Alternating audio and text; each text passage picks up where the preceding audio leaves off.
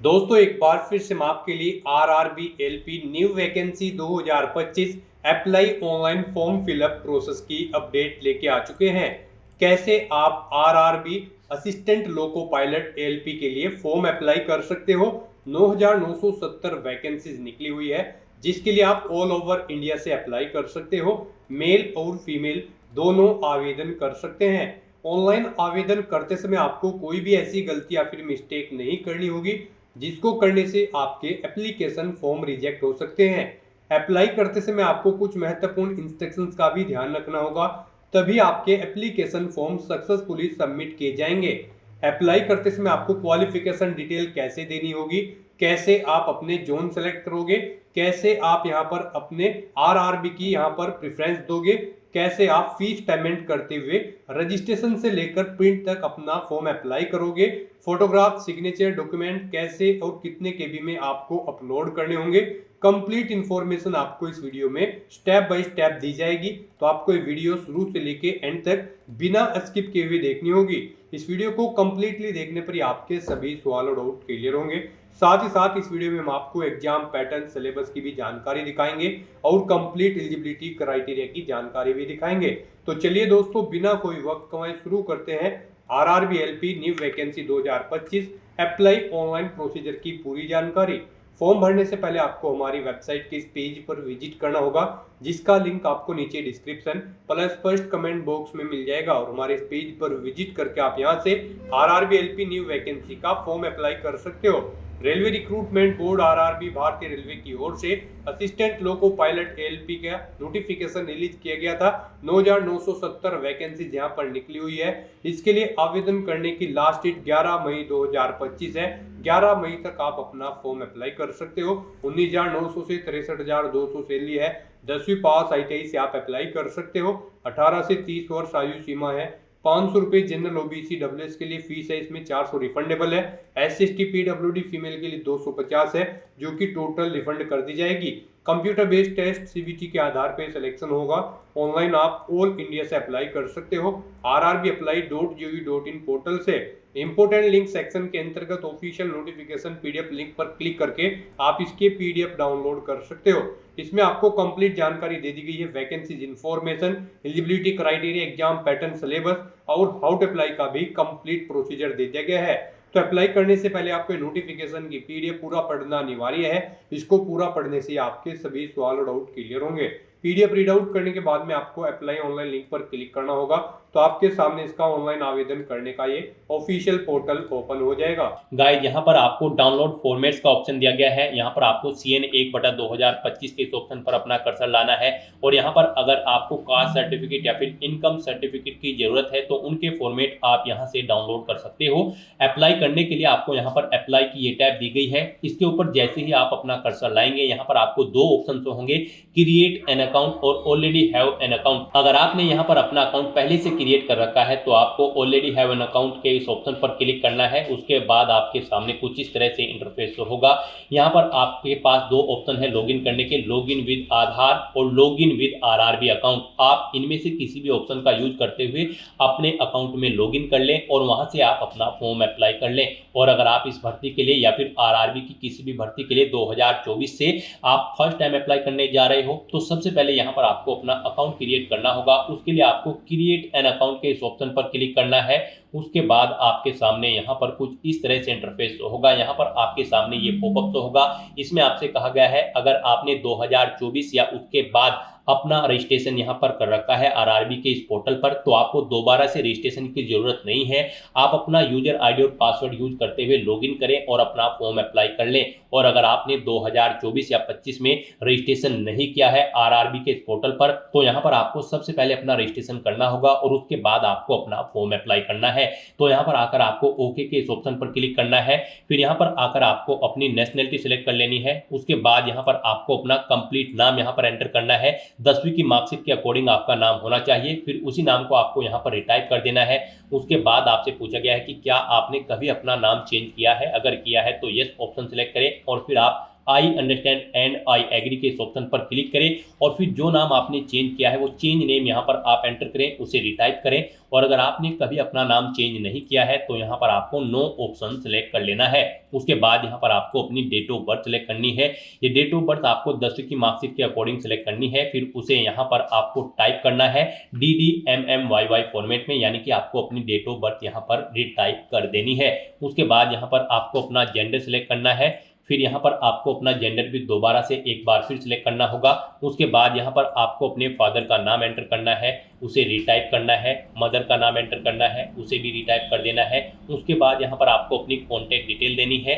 यहाँ पर आकर आपको अपना ईमेल एड्रेस एंटर करना है। उसके बाद जनरेट ईमेल OTP ऑप्शन पर क्लिक करना है। अपना मोबाइल नंबर आपको एंटर करना है, जनरेट मोबाइल OTP ऑप्शन पर क्लिक करना है। उसके बाद आपके ईमेल ID और मोबाइल नंबर पर 2 OTP आएंगे, वो OTP आपको यहाँ पर एंटर करने हैं और अपना मोबाइल नंबर और ईमेल ID को वेरीफाई कर लेना है। उसके बाद यहाँ पर आपको अपना आधार वेरिफिकेशन करना है। यहाँ पर आकर आप अपना आधार कार्ड नंबर एंटर करें। फिर यहाँ पर आप जनरेट आधार OTP के इस ऑप्शन पर क्लिक करें। आपके मोबाइल नंबर पर एक OTP आएगा जिससे आपका आधार लिंक है, वो OTP आप यहाँ पर एंटर करें और अपना आधार यहाँ पर वेरीफाई कर लें। यहाँ पर आधार वेरिफिकेशन के आपके पास 2 ऑप्शन है। आप OTP के थ्रू अपना वेरिफिकेशन कर सकते हैं या फिर आप फिंगरप्रिंट वेरिफिकेशन ऑप्शन पर क्लिक करके यहाँ पर अपना आधार वेरीफाई कर सकते हैं। यहाँ पर आप इन दोनों ऑप्शन में से कोई भी ऑप्शन यूज करके वेरीफाई के बटन पर क्लिक करके अपना आधार वेरीफाई कर लें। और अगर आपके पास आधार कार्ड नहीं है तो आप I do not have Aadhaar card के ऑप्शन पर क्लिक करेंगे। दोबारा से I do not have Aadhaar card के ऑप्शन पर क्लिक करें। यहाँ पर आप अपना कोई वैलिड प्रूफ ID सिलेक्ट करें, उसका नंबर यहाँ पर दें, किसने आपको वो इशू किया है उस अथॉरिटी का नाम यहाँ पर आप एंटर करें, प्लेस ऑफ इशू यहाँ पर दें, डेट ऑफ इशू यहाँ पर आप सिलेक्ट करें। यहाँ पर हम आपको सजेस्ट करेंगे आधार अगर आपके पास नहीं है या फिर वो अपडेटेड नहीं है तो उसमें आप अपडेट करा लें। यहाँ पर आधार वेरिफिकेशन आपके लिए बेस्ट ऑप्शन रहेगा क्योंकि आगे भी आपको आधार की जरूरत पड़ेगी इस भर्ती की आगे की टास्क के लिए। तो यहाँ पर आप बेस्ट रहेगा कि आप अपना आधार वेरीफाई कर लें। उसके बाद यहाँ पर आपको चेकबॉक्स को ओके करना है। फिर यहाँ पर आपको अपना पासवर्ड क्रिएट करना है। पासवर्ड यहाँ पर आप कोशिश करें कि आपका पासवर्ड अल्फा न्यूमेरिक फॉर्मेट में हो, मींस आपके पासवर्ड में कम से कम एक अपर केस कैरेक्टर, एक लोअर केस कैरेक्टर, एक इंटीजर नंबर और एक स्पेशल कैरेक्टर जैसे कि @ या फिर डॉलर होना चाहिए। तो इस फॉर्मेट में यहाँ पर आपको अपना पासवर्ड रेडी कर लेना है। वही पासवर्ड आपको कंफर्म पासवर्ड फील्ड में एंटर करना है। इस कैप्चा कोड के इस चेकबॉक्स को ओके करना है और फिर गाइस यहाँ पर आपको preview and create an account के इस ऑप्शन पर क्लिक कर देना है। यहाँ पर इस ऑप्शन पर क्लिक करते ही आपकी जो डिटेल्स आपने फिल की होगी यहाँ पर रजिस्ट्रेशन की, उनका पूरा प्रीव्यू आपको शो होगा। उन्हें आपको केयरफुली चेकआउट करना है। अगर कोई मिस्टेक होगी तो आप एडिट कर लेंगे, नहीं तो आपको अपना रजिस्ट्रेशन कंप्लीट कर लेना है। आपका रजिस्ट्रेशन सक्सेसफुली कंप्लीट होने के बाद आपको RRB के ऑफिशियल पोर्टल पर रिडायरेक्ट कर दिया जाएगा। यहाँ पर आकर आपको दोबारा से अप्लाई के इस ऑप्शन पर क्लिक करना है। फिर यहाँ पर आपको ऑलरेडी हैव एन अकाउंट के इस ऑप्शन पर क्लिक करना है या फिर आपके सामने डायरेक्टली यही इंटरफेस शो होगा। फिर यहाँ पर आने के बाद आपको लॉगिन विद आधार या फिर लॉगिन विद RRB अकाउंट, इन दोनों ऑप्शन में से कोई भी ऑप्शन का यूज करते हुए आपको अपने डैशबोर्ड में लॉगिन करना है। गाइस यहाँ पर अगर आप login with Aadhaar option select करते हैं तो फिर यहाँ पर आपको अपना आधार नंबर एंटर करना है। उसके बाद आपको जनरेट आधार OTP के ऑप्शन पर क्लिक करना है। एक OTP आपके मोबाइल नंबर पर आएगा जिससे आपका आधार लिंक है, वो OTP आपको यहाँ पर एंटर करना है। I am not a robot इस चेकबॉक्स को ओके करना है और फिर आपको यहाँ पर लॉगिन के इस ऑप्शन पर क्लिक करके अपने डैशबोर्ड में लॉगिन कर लेना है और फिर वहां से आपको अपना फॉर्म अप्लाई करना है। और अगर आप login with RRB account option select करते हैं तो आपके सामने फिर यहाँ पर कुछ इस तरह से इंटरफेस शो होगा। यहाँ पर आने के बाद अब आपको अपना मोबाइल नंबर या फिर ईमेल एड्रेस एंटर करना है, अपना पासवर्ड आपको एंटर करना है। I am not a robot आपको इस चेकबॉक्स को ओके करना है और फिर यहाँ पर आपको कैप्चा कोड के अकॉर्डिंग आपको इमेज सेलेक्ट कर लेनी है और फिर गाइस यहाँ पर आपको लॉगिन के इस ऑप्शन पर क्लिक करके अपने डैशबोर्ड में लॉगिन कर लेना है। जैसे ही आप लॉगिन के ऑप्शन पर क्लिक करेंगे आपके सामने कुछ इस तरह से इंटरफेस होगा। यहाँ पर अब आपको 2 फैक्टर ऑथेंटिकेशन मोड कंप्लीट करना है। यहाँ पर आप सेंड OTP टू ईमेल, आप इस ऑप्शन पर क्लिक करें। आपकी ईमेल ID पर एक OTP जाएगा, वो OTP आप यहाँ पर एंटर करें या फिर आप सेंड OTP टू फोन के ऑप्शन पर क्लिक करें। फिर आपके मोबाइल नंबर पर एक OTP जाएगा, वो OTP आपको यहाँ पर एंटर करना है और फिर गाइज आपको लॉगिन के इस ऑप्शन पर क्लिक करके अपने डैशबोर्ड में लॉगिन कर लेना है। लॉगिन करने के बाद आपके सामने आपका डैशबोर्ड कुछ इस तरह से शो होगा। यहाँ पर आपको टॉप पर ही 4 ऑप्शन दिए गए हैं। सबसे पहले यहाँ पर आपको कुछ जनरल इंस्ट्रक्शन दिए गए हैं। आपको फॉर्म अप्लाई करने से पहले इन्हें केयरफुली रीड कर लेना है। यहाँ पर ऑनलाइन एप्लीकेशन का ऑप्शन है, एप्लीकेशन हिस्ट्री है। यहाँ पर जब आप फॉर्म अप्लाई कर लोगे तो फिर आप इस ऑप्शन में जाकर चेकआउट कर पाओगे आप अपना एप्लीकेशन फॉर्म सक्सेसफुली सबमिट कर चुके हो या फिर नहीं। और मॉडिफाई रजिस्ट्रेशन डिटेल आपको ये ऑप्शन दिया गया है। इस पर क्लिक करके यहाँ पर आप अगर आपके रजिस्ट्रेशन में मॉडिफाई करना चाहते हैं तो आप मॉडिफाई कर सकते हैं। यहाँ पर ये ऑप्शन आपका 18 अप्रैल 2025 के बाद एक्टिव होगा। आप इस ऑप्शन का यूज करते हुए अगर आपने रजिस्ट्रेशन में चेंज आउट करना चाहते हैं तो आप चेंज कर सकते हैं। तो यहाँ पर बस अब अगर आपका रजिस्ट्रेशन ओके है तो आपको अपना ऑनलाइन फॉर्म फिल करना है। उसके लिए आपको ऑनलाइन एप्लीकेशन के इस ऑप्शन पर क्लिक करना है या फिर जनरल इंस्ट्रक्शन के यहाँ पर आपको ऑनलाइन एप्लीकेशन के इस ऑप्शन पर क्लिक करना है। नेक्स्ट आपके सामने कुछ इस तरह से इंटरफेस होगा। यहाँ पर आपको आरआरबी असिस्टेंट लोको पायलट का ये सेक्शन दे दिया गया है। यहाँ पर CN नंबर 1/2025 में सबसे पहले आपको बोर्ड का नाम सेलेक्ट करना है जिस बोर्ड के लिए आप अप्लाई करना चाहते हैं। आप अपनी चॉइस के अकॉर्डिंग कोई भी बोर्ड यहाँ पर सिलेक्ट करें, इस चेकबॉक्स को ओके करें, यानी कि आपको आरआरबी आरआरसी की किसी भी भर्ती एग्जाम में बैठने से नहीं रोका गया है। तो आपको इस चेकबॉक्स को ओके कर देना है और उसके बाद गाइस यहाँ पर आपको नेक्स्ट के इस ऑप्शन पर क्लिक करना है। नेक्स्ट आपके सामने कुछ इस तरह से इंटरफेस होगा। यहाँ पर आपकी कुछ डिटेल ऑटोमेटिकली फेच कर ली गई है आपके रजिस्ट्रेशन से। यहाँ पर बस अब आपको सबसे पहले अपना मैरिटल स्टेटस देना है, उसके बाद आपको अपना रिलीजन सेलेक्ट करना है, अपनी मातृभाषा यहाँ पर आपको सिलेक्ट कर लेनी है। फिर यहाँ पर आपको choice of language for examination, जिस लैंग्वेज में आप अपना एग्जाम चाहते हैं वो लैंग्वेज यहाँ पर आपको सिलेक्ट करनी है। फिर यहाँ पर आपकी बॉडी पर कोई कट या तिल का निशान है तो उस पैलेस का नाम यहाँ पर आपको एंटर कर देना है। 2 पैलेस के नाम यहाँ पर आपको एंटर करने हैं, नहीं है तो यहाँ पर आप नो मार्क एंटर कर देंगे। उसके बाद यहाँ पर आपको अपनी कम्युनिटी सेलेक्ट कर लेनी है। उसके बाद यहाँ पर अगर आप रिजर्व कैटेगरी से बिलोंग करते हो तो यहाँ पर आपको अपनी कास्ट का नाम देना है, कम्युनिटी सर्टिफिकेट नंबर देना है। कम्युनिटी सर्टिफिकेट आपको किस अथॉरिटी ने इशू किया है, collector, city magistrate, deputy collector, आप अपने अकॉर्डिंग यहाँ पर ऑप्शन सेलेक्ट करें। उसके बाद इशूइंग स्टेट यहाँ पर आप सिलेक्ट करें। उसके बाद यहाँ पर आपका जो सर्टिफिकेट है वो कब आपको इशू हुआ है वो डेट आपको सिलेक्ट कर लेनी है। फिर यहाँ पर आपसे पूछा गया कि क्या आप फ्री ट्रैवल पास चाहते हैं रेलवे का, अगर चाहते हैं तो यस करें। और फिर यहाँ पर आप अपने नियरेस्ट रेलवे स्टेशन का नाम एंटर करें और फिर यहाँ पर आप अपना वैलिड कास्ट सर्टिफिकेट अपलोड कर दें। आपका सर्टिफिकेट यहाँ पर 400 KB से कम होना चाहिए, PDF फॉर्मेट में होना चाहिए। आपको अपलोड डॉक्यूमेंट के ऑप्शन पर क्लिक करना है, फाइल को सिलेक्ट कर लेना है और अपना कास्ट सर्टिफिकेट यहाँ पर आपको अपलोड कर देना है। और अगर आप यहाँ पर अनरिजर्व कैटेगरी से आते हैं तो फिर आगे के ऑप्शन आपको डिसेबल्ड कर दिए जाएंगे। उसके बाद यहाँ पर आपको अपना प्रेजेंट एड्रेस एंटर करना है, फिर आपको अपना परमानेंट एड्रेस एंटर करना है। और अगर आपका परमानेंट एड्रेस आपके प्रेजेंट एड्रेस के अकॉर्डिंग सेम है तो आप इस चेकबॉक्स को ओके कर दें।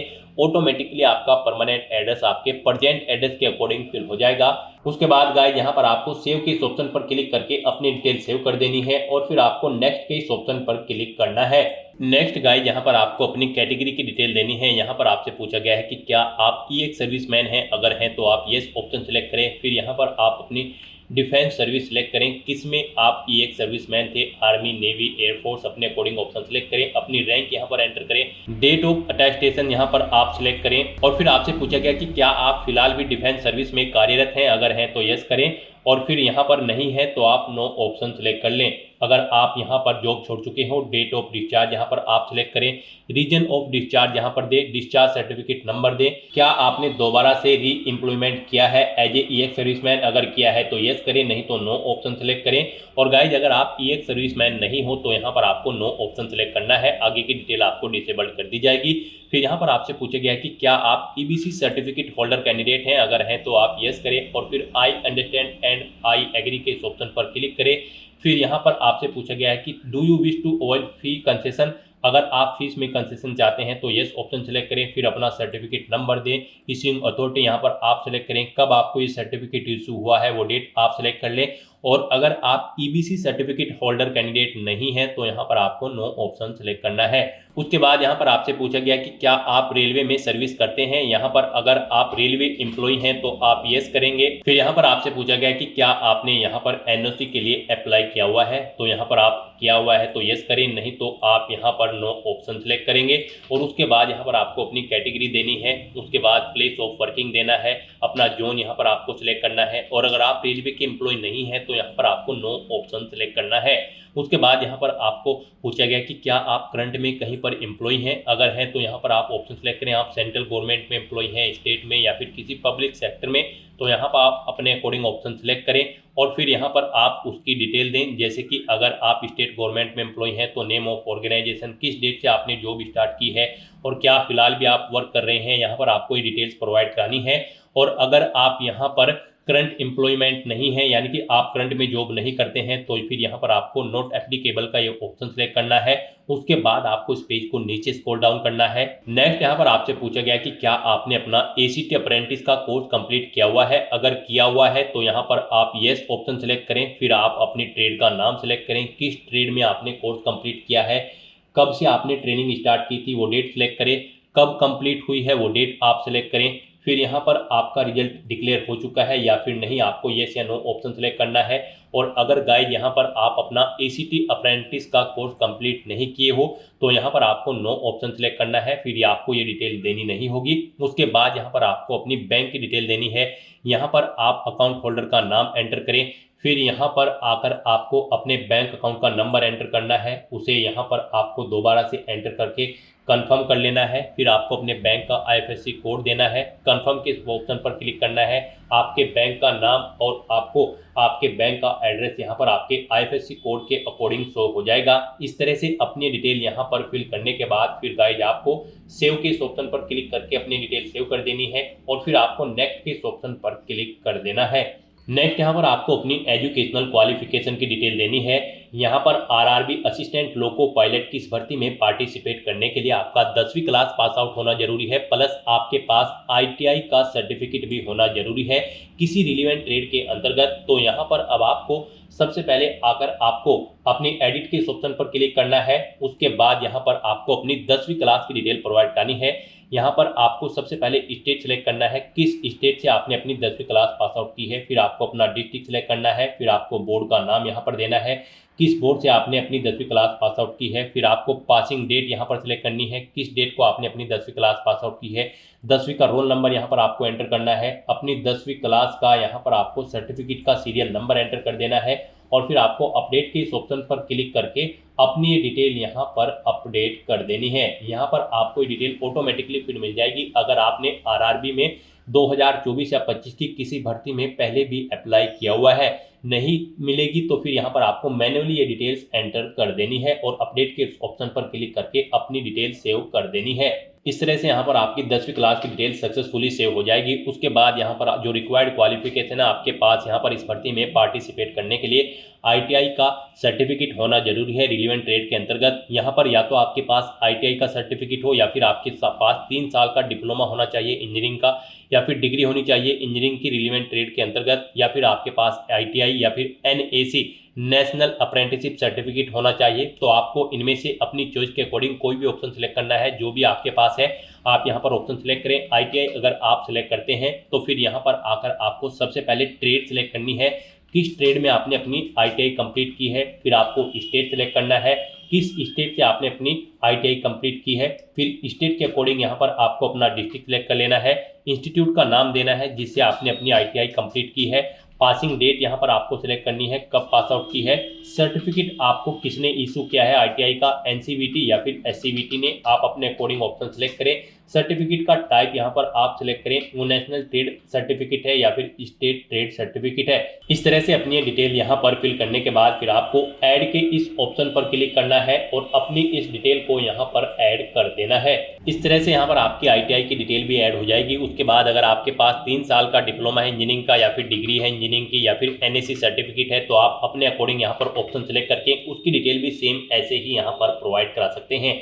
इस तरह से अपनी क्वालिफिकेशन की डिटेल फिल करने के बाद फिर आपको नेक्स्ट के इस ऑप्शन पर क्लिक करना है। नेक्स्ट यहाँ पर आपको अपना फोटो और सिग्नेचर अपलोड करने हैं। गाइस जैसा कि हमने आपको स्टार्टिंग में ही बताया था कि कौन सी वो कॉमन मिस्टेक है जिसे करने से आपका एप्लीकेशन फॉर्म रिजेक्ट हो सकता है, तो इस सेक्शन में आपको दी गई गाइडलाइंस के अकॉर्डिंग ही अपना फोटो और सिग्नेचर अपलोड करने हैं। अदरवाइज आपके एप्लीकेशन फॉर्म के रिजेक्ट होने के चांसेस रहते हैं। यहाँ पर आपके फोटो की जो हाइट होगी वो 320 पिक्सल होनी चाहिए और जो विड्थ होगी वो 240 पिक्सल होनी चाहिए। जेपीजी या फिर जेपीईजी फॉर्मेट में आपका फोटो होना चाहिए। साइज उसका यहाँ पर 100 KB से 150 KB के बीच में होना चाहिए और जो आपके सिग्नेचर होंगे यहाँ पर उनकी हाइट 60 पिक्सल होनी चाहिए और विड्थ 140 पिक्सल। साइज उनका यहाँ पर 30 KB से 49 KB के बीच में होना चाहिए। जेपीजी या फिर जेपीईजी फॉर्मेट में आपके सिग्नेचर होने चाहिए। यहाँ पर आपके फोटो रिजेक्ट होने के कुछ सैंपल आपको दिए गए हैं। यहाँ पर आपको सैंपल ऑफ फ्यू रिजेक्टेबल फोटोज, आपको इस ऑप्शन पर क्लिक करना है। यहाँ पर आपको सैंपल शो कर दिए गए हैं। यहाँ पर आपका फोटो इस तरह से नहीं होना चाहिए, इस फॉर्मेट में यहाँ पर आपका फोटो होना चाहिए। ग्रीन कलर का जो यहाँ पर आपको साइन शो हो रहा है, इस फॉर्मेट में आपका फोटो होना चाहिए। आपके फोटो का बैकग्राउंड जो है वो यहाँ पर व्हाइट होना चाहिए। कोई भी रंगीन बैकग्राउंड का फोटो यहाँ पर एक्सेप्टेबल नहीं होगा। तो यहाँ से आप चेकआउट कर ले, इन फॉर्मेट में आपके फोटो रिजेक्टेबल होंगे और इस फॉर्मेट में आपका फोटो यहाँ पर एक्सेप्टेबल होगा। सिग्नेचर भी यहाँ पर आपके व्हाइट पेपर पर ब्लैंक इंक पेन से होने चाहिए। तो यहाँ पर अब आपको अपना फोटो और सिग्नेचर अपलोड करने के लिए ब्राउज के ऑप्शन पर क्लिक करना है, फाइल को सिलेक्ट कर लेना है और अपना फोटो और सिग्नेचर यहाँ पर आपको अपलोड कर देना है। गाइस यहाँ पर अगर आपके फोटो या सिग्नेचर का साइज कम या ज्यादा है तो आप उसे यहाँ पर रिसाइज कर सकते हैं। आप यहाँ पर MS पेंट में जाकर अपना फोटो या सिग्नेचर दी गई रिक्वायरमेंट के अकॉर्डिंग सेट कर लें, या फिर बहुत सारी ऑनलाइन वेबसाइट्स हैं उन पर आप अपना फोटो या सिग्नेचर अपलोड करके उनका साइज दी गई रिक्वायरमेंट के अकॉर्डिंग सेट कर सकते हैं। आप गूगल पर जाएं, वहां पर आप इमेज रिसाइजर टाइप करें, मल्टीपल्स वेबसाइट आपके सामने शो होंगी। वहां पर आप सिलेक्ट इमेज ऑप्शन पर क्लिक करें, इमेज को सिलेक्ट करें और अपनी दी गई गाइडलाइंस के अकॉर्डिंग आप उसका फोटो का साइज यहाँ पर सेट कर लें और फिर यहाँ पर आप अपना फोटो और सिग्नेचर अपलोड कर दें। इस तरह से यहाँ पर आपको अपना फोटो और सिग्नेचर अपलोड करने के बाद फिर आपको सेव के इस ऑप्शन पर क्लिक करके अपना फोटो और सिग्नेचर सेव कर देने हैं और फिर गाइस यहाँ पर आपको नेक्स्ट के इस ऑप्शन पर क्लिक करना है। नेक्स्ट यहाँ पर आपको अपनी जोन प्रेफरेंस देनी है। आपने स्टार्टिंग में जो भी बोर्ड सेलेक्ट किया होगा उसके अकॉर्डिंग आप जिस भी जोन पर अप्लाई करने के लिए एलिजिबल हैं वो जोन्स यहाँ पर आपको शो कर दी गई हैं। अब आपको यहाँ पर अपनी चॉइस के अकॉर्डिंग इन्हें प्रेफरेंस देना है। यहाँ पर आप जिस जोन को फर्स्ट नंबर पर सिलेक्ट करेंगे यानी कि उसके सामने प्लस के इस ऑप्शन पर क्लिक करेंगे उसे यहाँ पर फर्स्ट प्रेफरेंस दिया जाएगा और जिसे आप सेकंड नंबर पर सिलेक्ट करेंगे उसे यहाँ पर सेकंड नंबर पर प्रेफरेंस दिया जाएगा। आप अपनी चॉइस के अकॉर्डिंग यहाँ पर जिस भी जोन को जिस नंबर पर प्रेफरेंस देना चाहते हैं उस नंबर पर सिलेक्ट करके अपने जोन की प्रेफरेंस यहाँ पर सेट कर दें। उसके बाद आपको इस पेज को नीचे स्क्रॉल डाउन करना है।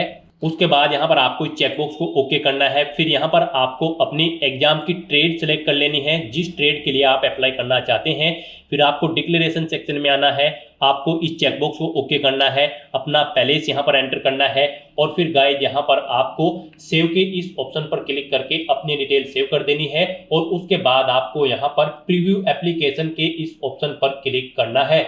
नेक्स्ट आपको आपके एप्लीकेशन फॉर्म का पूरा प्रीव्यू यहाँ पर शो कर दिया गया है। आपको सभी डिटेल्स केयरफुली चेकआउट करनी है, पेज को नीचे स्क्रॉल डाउन करना है, इस चेकबॉक्स को ओके करना है। कहीं पर कोई मिस्टेक है तो आप यहाँ पर एडिट के इस ऑप्शन पर क्लिक करके अपने एप्लीकेशन फॉर्म की डिटेल को एडिट कर सकते हो और अगर सभी चीजें ओके हैं तो यहाँ पर बस अब आपको अपना एप्लीकेशन फॉर्म सबमिट कर देना है। उसके लिए यहाँ पर आपको सबमिट के इस ऑप्शन पर क्लिक करना है। नेक्स्ट आपको यहाँ पर फीस पेमेंट के इंटरफेस पर डायरेक्ट कर दिया जाएगा। यहाँ पर गाइड अब आपको अपना फीस पेमेंट करना है। यहाँ पर हम आपको बता दें जनरल OBC EWS कैंडिडेट को 500 रुपये फीस के रूप में जमा कराने हैं। SC ST PWD women candidate को 250 रुपये फीस के रूप में जमा कराने हैं। SC ST PWD women candidate को 250 रुपये जो फीस जमा करानी है उनकी पूरी फीस यहाँ पर आपको रिफंड कर दी जाएगी और जनरल OBC EWS कैंडिडेट की 500 में से 400 रुपये फीस यहाँ पर आपको रिफंड कर दी जाएगी बाद में। यहाँ पर तो अब आपको अपना फीस पेमेंट करना है। यहाँ पर फीस पेमेंट करने के लिए आपके पास दो ऑप्शन है, आप पे विद SBI e-पे या फिर पे विद CSC वॉलेट। आप अपनी चॉइस के अकॉर्डिंग कोई भी ऑप्शन का यूज करते हुए यहाँ पर फीस पेमेंट कर दे। यहाँ पर अगर आप पे विद SBI e-पे ऑप्शन सेलेक्ट करते हैं तो फिर यहाँ पर आपको चेकबॉक्स को ओके करना है। उसके बाद आपको प्रोसीड के ऑप्शन पर क्लिक करना है।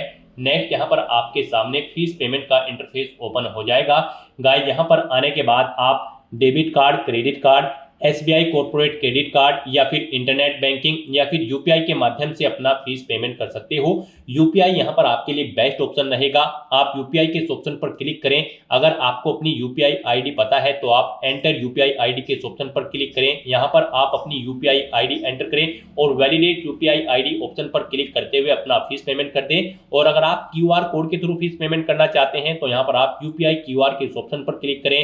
फिर आप पे नाउ के इस ऑप्शन पर क्लिक करें। पे नाउ ऑप्शन पर क्लिक करते ही आपके सामने एक QR कोड शो होगा। आप उसे अपने किसी भी UPI से स्कैन करें और अपना फीस पेमेंट कर दें। सक्सेसफुली फीस पेमेंट करने के बाद आपको आपके डैशबोर्ड में डायरेक्ट कर दिया जाएगा। अपने डैशबोर्ड में आकर आपको एप्लीकेशन हिस्ट्री की स्टेप पर आना है और फिर यहाँ पर आपको असिस्टेंट लोको पायलट के सामने यहाँ पर आपको व्यू एप्लीकेशन के इस ऑप्शन पर क्लिक करके अपने एप्लीकेशन फॉर्म का एक हार्ड कॉपी प्रिंट आउट ले लेना है फ्यूचर यूज के लिए, फ्यूचर रेफरेंस के लिए। यहाँ पर आप अपने एप्लीकेशन फॉर्म का स्टेटस भी चेकआउट कर सकते हो। यहाँ पर आपके एप्लीकेशन फॉर्म का स्टेटस आपको सक्सेस शो कर दिया जाएगा अगर आपका एप्लीकेशन फॉर्म सक्सेसफुली सबमिट हो जाता है। तो दोस्तों ऐसे आप RRB assistant loco pilot 9970 post के लिए अपना फॉर्म अप्लाई कर सकते हो बिना कोई मिस्टेक किए हुए, स्टेप बाय स्टेप। आज की इस वीडियो में बस इतना ही। आई होप ये वीडियो आपको पसंद आई होगी। अगर पसंद आई हो तो इसे लाइक और शेयर करें। चैनल पर नए हो तो इसे सब्सक्राइब कर लें। Thanks for watching.